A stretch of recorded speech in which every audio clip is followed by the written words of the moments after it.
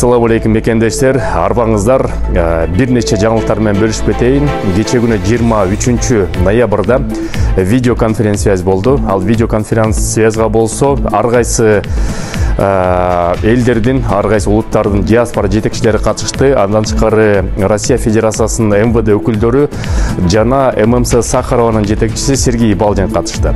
Эми ошо Сергей Балдинин айтысы боюнча мекендештерге Евразиялык экономикалык бирикменин өкүлдөрү буга Кыргызстанда келет. 8 январга чейин сөзсүз түрдө дактилоскопия жана метасвидетельствование өтпөгөн мекендештердин баары тең барып 100% өтүп коюңуздар мекендештер. Андан кийин текшерип калыш мүмкүн дейт, андан кийин штраф болуп калыш мүмкүн дейт. Ошон үчүн эгерде ким бара элек болсо сөзсүз түрдө барып өтүп коюңуздар. Азыр декабрь Кудай буйруса мына башталып атат. Декабрдын аягында жаңы жыл болуп очередь болуп калышы мүмкүн. Ошон үчүн азыр очередь жокто барып өтүп коюңуздар. Тыйын маселеси боюнча, айка төлөгөн боюнча 5400 рубль эгерде силердин перевод паспортуңар болсо, жана 6200 эгерде перевод паспортуңар жок болсо мекендештер. Бирок сөзсүз түрдө ошону өтүп коюңуздар. Бул Орусиянын талабы, бул мыйзам. Мыйзамды баарыбыз сакташыбыз керек.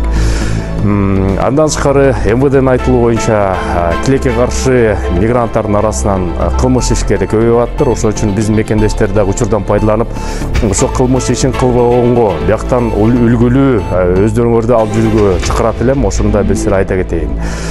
Дагы мекендештер, көп мекендештер ар кайсы ситуацияга түшүп калат экен, кылмыш иштери болуп калат экен, административный правонарушение болуп калат экен. Биздин диаспора кызмат кылган юридикалык центр бар, Авентум деген.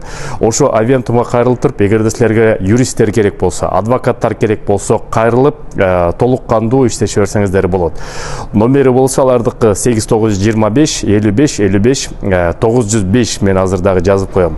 Ар кандай суроолор болсо ошол юристтерге, тажрыйбалуу юристтерге кайрыла бериңиздер мекендештер. Сак саламатта болуңуздар, аман эсен болуңуздар. Жаңылыктар болсо дагы бөлүшүп турабыз. Силер менен Кыргыз диаспора кеңеши төрагасы мен Кубанычбек Осмонбеков. Көрүшкөнчө.